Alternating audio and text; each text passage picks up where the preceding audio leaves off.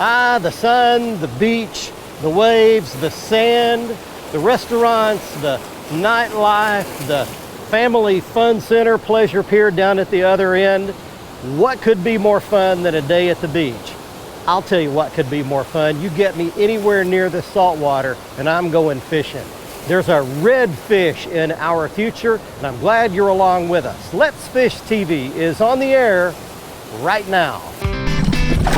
Oh my gosh. Oh, check that out. It's time for the only program that brings you real-time fishing reports from the Southeast region every week.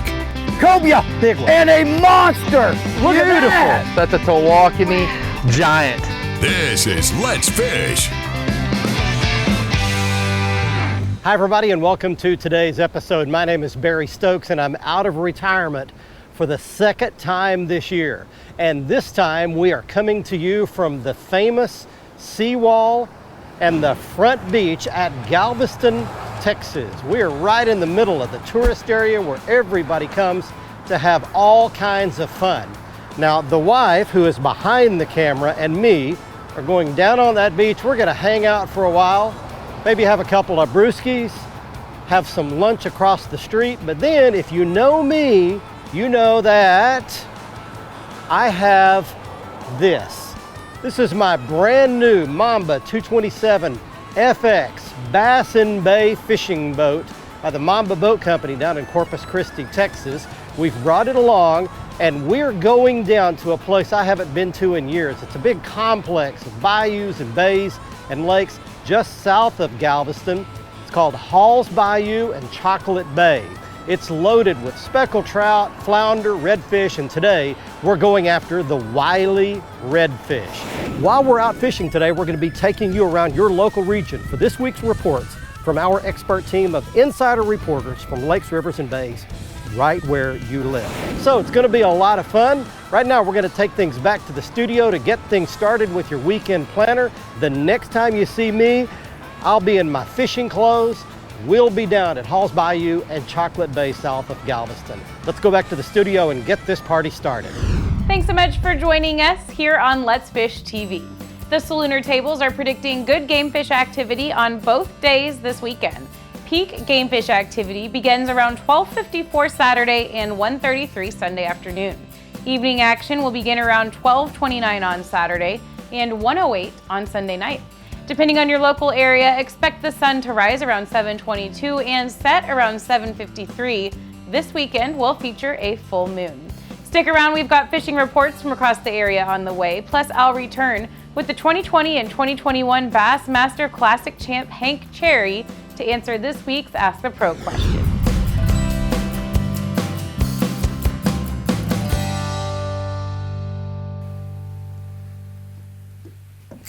There he is. That's a bite. There's a good fish. Out on that drop off. Redfish. All right. Gotta start.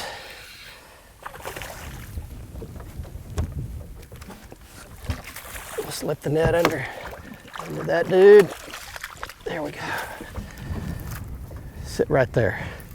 Boy, look how deep that fish ate my plastic bait. We got it. Okay, well, we got to start. Anyway, that's just about a, I don't know, 19-inch red or something. That wouldn't be a keeper. Or actually, yeah, that would not be a keeper. That got to be 20 to 28 inches is the slot where you can keep those fish, and that one's going to be under. But it's a start. Welcome to a gorgeous day on the Texas coast. We've got prime conditions today. We've got, it's very warm. Of course, it's been a really hot summer and the water is finally starting to cool down just a little bit along the coast. Water got up to 94, 95 degrees in places here, and it's dropped down into the mid 80s now. So we've had about a 10-degree drop. There's been no rain down here, so the salinity is very high, and the salt water has pushed way further inland than it normally does.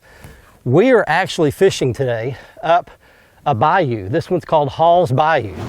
It's in a complex of Hall's and Chocolate Bayou, and what it consists of is two pretty big bays, Hall's Lake and Chocolate Bay, that are side by side, and then there's a bunch of little creeks and cuts and drains that come in to these bays. And I'm up one of those right now.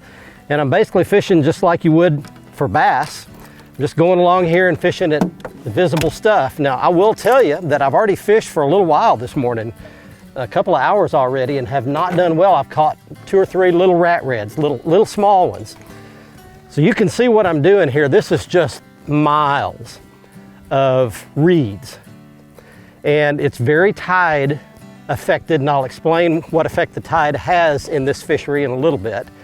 But we're dropping down towards low tide right now, and I'm having to catch these fish a little different way. Normally, you would be pitching up against these reeds with a spinner bait, a jig, a soft plastic, something like that, but I'm doing something different. I'll explain what I'm doing in a little while. But again, it's a beautiful day. We've got temperatures, I don't know, around 90 degrees today, light wind out of the north actually, low humidity. Got my beautiful Mamba boat out here. Everything's right. Let's see what can happen today. Red fishing down on the Texas Gulf Coast. All right, folks, it's time for your Carolinas Report, brought to you by Crazy Sister Marina, the leader in water sports on the Grand Strand, and now the only live bait tackle shop that you're going to find where you can pull up on the dock, get them to deliver the bait to your boat. You got to stop by crazysistermarina.com. You can find out all the information on what we've got going on and book your trip for the fall. But let's talk about fall, all the things going on out in saltwater. And I'll tell you what, if you're like me, you get excited about this fall and the mullet run and Manhattan run, but the problem is making decisions on what to do. Well, I'll tell you what, if you want to make the right decision, follow the bait, and you're going to have a great time right now. Along the jetties right now, you got Spanish mackerel, Little River, Merle's Inlet, down to Georgetown, and we've still got tarpon down in Georgetown as well. Feeding on those mullet and those Manhattan as they make their way down the rocks. We're still hearing of some big 100+ pound fish being caught up that way, down that way. From here, you can get out and have a great time. And also, don't forget about that offshore bite. The wahoo bite is coming. Get out on that live break. Take some big mullet while we've got them. Put them up in a pen. Take them out with you. Small live bait rigs on a heavier setup. You can have some great action with those wahoo on the break, whether you're in North Carolina or South Carolina. But right now, good luck to all our friends in North Carolina enjoying their flounder season finally. Hope y'all are getting on those nearshore reefs and catching the big ones. This has been your Carolinas Report, brought to you by Crazy Sister Marina. Remember, fish smarter, not harder, and keep your chaos organized. There's one. Oh, that's a better one. He's got some pull to him. Now he's kind of swimming at the boat. He's going to go under it.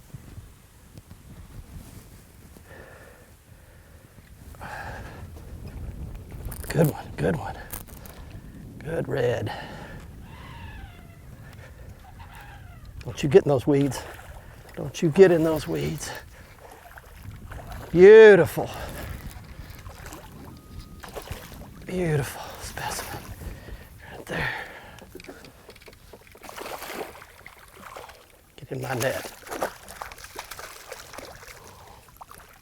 There we go.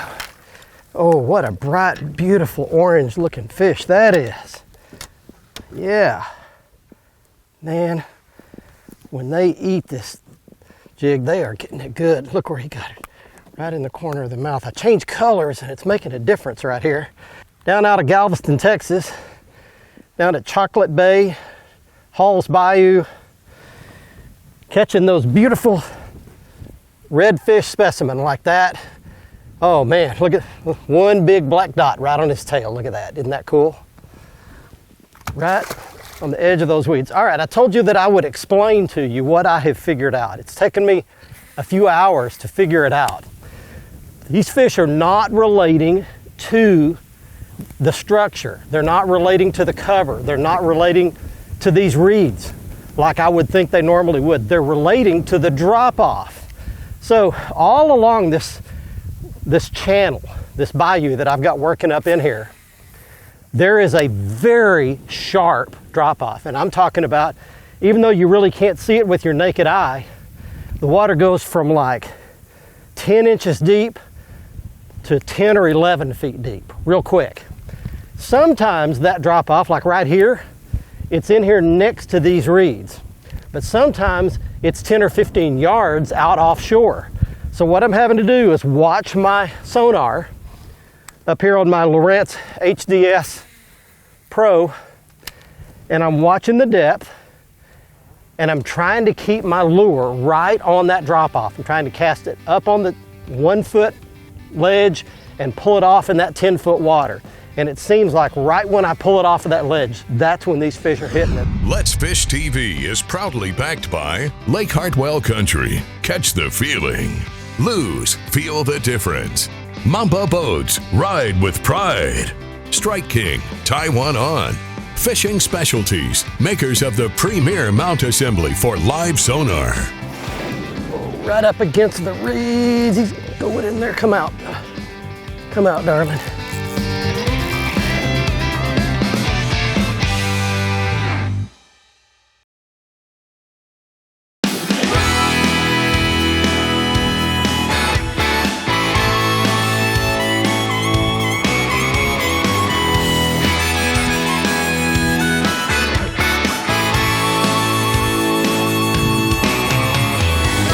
There's one right there. Whoa, right up against the reeds. He's going in there. Come out. Come out, darling. There now he's coming out. Come here. Come here. Now he's turned swimming at me. Stay on, baby. Stay on, baby.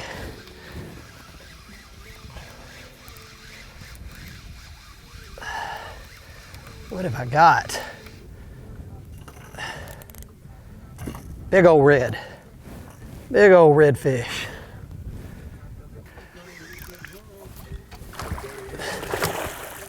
Saw the boat. You saw my mamba, didn't you? Oh yeah. Woo, darling. Look at what we have done now, ladies and gentlemen. Yeah. Look here. Oh my goodness. Hall's Bayou Chocolate Bay has produced a big one. That probably is not a keeper because it's probably over. That fish is pushing 29, 30 inches long, something like that. Look how fat this fish is too. That fish has been gorging itself. They feed on crabs, mullet, and shrimp in here. And I have literally visually with my eyes seen all three. I've seen crabs swimming around on top, big blue crab. I've seen shrimp floating around in the water, and there are mullet jumping everywhere. And these fish have got tons to eat. All right, I'm gonna do a little surgery on this fish right quick. Just give me a second. And there we go. There's what that fish hit. He tore that plastic up, but that brown, that chartreuse paddle tail did it. Easy, baby. Okay. Well, you come down to the Texas Gulf Coast. Fall is getting here. The water temperature is beginning to cool off a little bit. These fish are going to get a little more active as it cools even more. We need this water down in the 70s for it to get really good, and it's still not quite there yet. But let's go over here. We'll tail this fish a little bit. She'll be, oh yeah, she's just fine. Oh man, well, that's what can happen if you hang in here and hang in here. You catch you a great old big one like that. Yeah!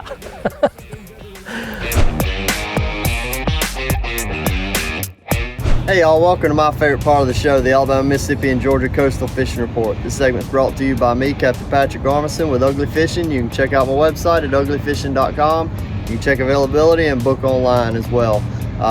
There's some money-saving opportunities on the homepage with saltsgone.lurenet.com and Pure Flats Fishing, created the slick lure. I talked to Don over in Mississippi. He said that the speckled trout bite's starting to improve on the inshore waters.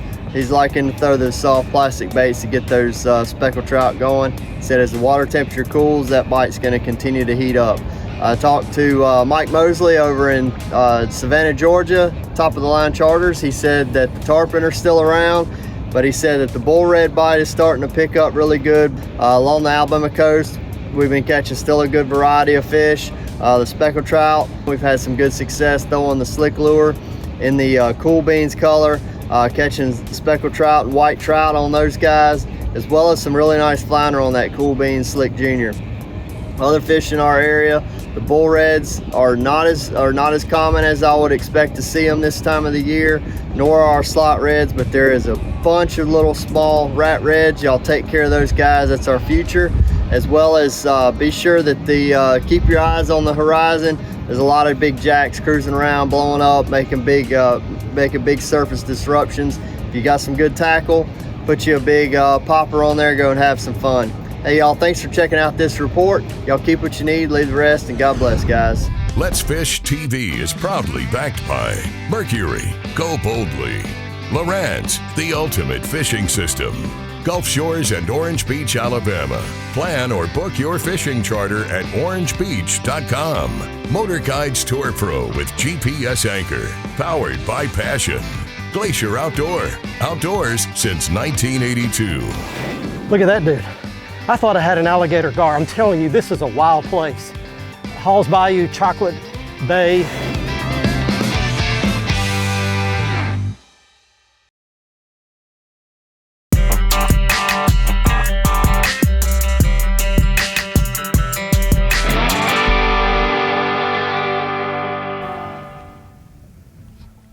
There's another one way out there off that ridge. I have no idea what this is. This could be one of those big old gar. I've been seeing 7-foot alligator gar all day long. I have no idea what this is. That fish was way out off the shore. That's a red. That's a redfish. I thought I had a gar.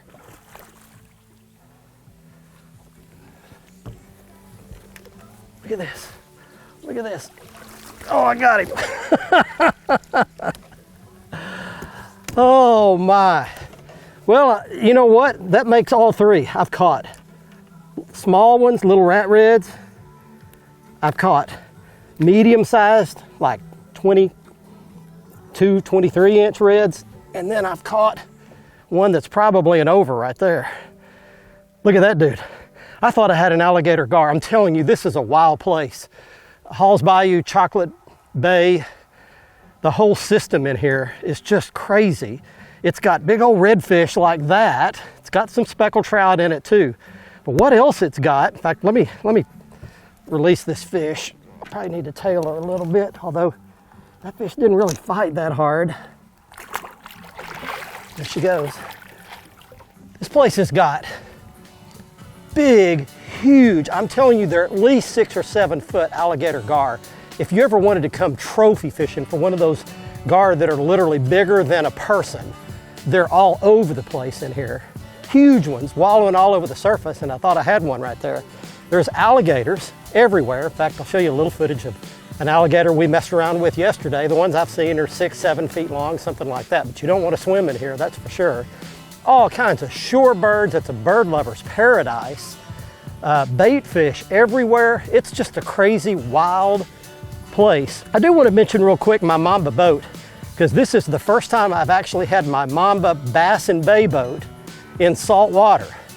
You saw me do a show earlier this year on hybrid stripers in freshwater, but this is the first time I've done a saltwater episode of our show out of it, and I came out of retirement to fish in my retirement boat. I could have chosen any boat I wanted, and I chose this Mamba 227 Bass and Bay. It's got a bass boat cap all the way around it, so it's got a lip so my net, my tackle boxes, my rods won't slide off.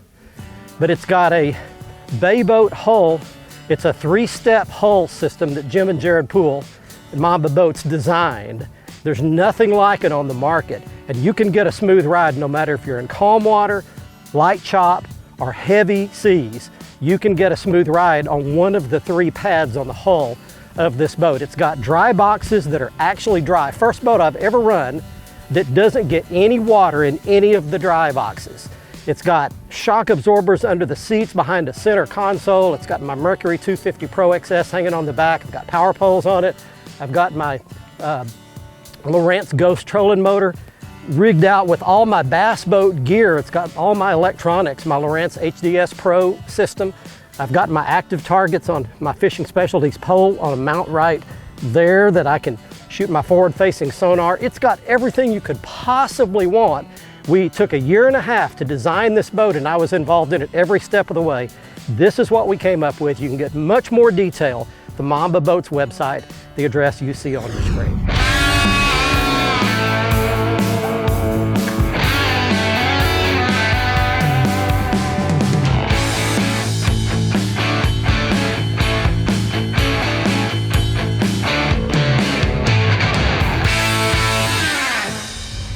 Watch our latest episode or catch up on past episodes on our website at letsfishtv.com. Be sure to hit the subscribe button on our YouTube channel, like us on Facebook, and follow us on Twitter for new fishing videos every day. And download the free Waypoint TV app to get all the latest episodes every week on your phone, tablet, computer, or smart TV.